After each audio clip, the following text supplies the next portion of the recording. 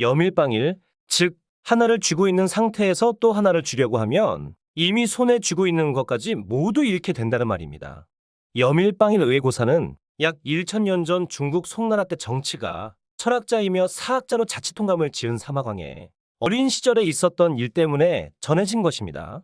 어느 날 숨바꼭질 놀이를 하다가 한 아이가 큰 물독에 빠져서 허우적거리고 있었는데 주변의 어른들은 이 아이를 구출하기 위해서 사다리와 밧줄을 가져와 요란 법석을 떨었지만 여의치 않아 물독에 빠진 아이는 그동안 숨이 넘어갈 지경이었습니다.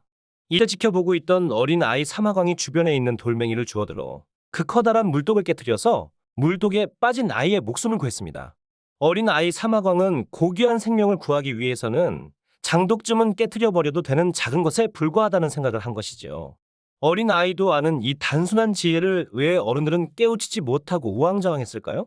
그것은 살아가면서 어릴 때의 순수한 마음을 점점 잃어버리고 작은 욕심이 앞섰기 때문입니다. 어른들의 잔머리로 항아리 값, 물값, 책임 소재 등을 따지며 시간을 낭비하다가 정작 귀중한 사람의 생명을 잃게 할 뻔했습니다. 더 귀한 것을 얻으려면 덜 귀한 것은 버려야 합니다. 내가 살아감에 있어 정작 돌로 깨 부셔야 할 것은 무엇인가? 더 귀한 것, 더 큰 것을 얻으려면 덜 귀한 것, 작은 것을 버리는 지혜가 필요하다는 교훈입니다. 칭찬과 비난에 일희일비하지 말라. 세상을 살다 보면 의도하지 않은 칭찬을 받을 수도 있고 전혀 예상치 못한 비방에 시달릴 수도 있습니다. 의도하지 않은 칭찬과 예상치 못한 비난을 부르지혜와 구존지회라고 맹자는 말합니다. 부르지혜란 전혀 생각지도 못한 칭찬과 명예라는 뜻입니다. 예를 들어 내가 한 행동이 그렇게 위대한 선행도 아닌데 언론에서 대서특필하면 실제보다 과장된 칭찬과 명예가 따라올 수 있습니다.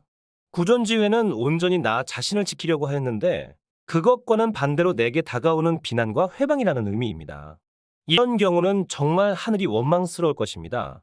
근거도 없는 비난과 과장된 비방이 내 의지와 상관없이 여기저기 난무한다면 어디 가서 하소연할 곳도 없기 때문이죠. 맹자는 이렇듯 칭찬과 비난이 내 의지대로 되는 것이 아니라고 하면서 결국 어떤 칭찬과 비난에도 마음이 들뜨거나 상처 입어서는 안 된다고 말합니다. 나아가 누구에게 비난을 받거나 칭찬을 받더라도 그것을 완전한 사실로 받아들여서도 안 된다고 이야기합니다. 이 인생을 산다는 것은 참으로 녹록지 않은 일입니다.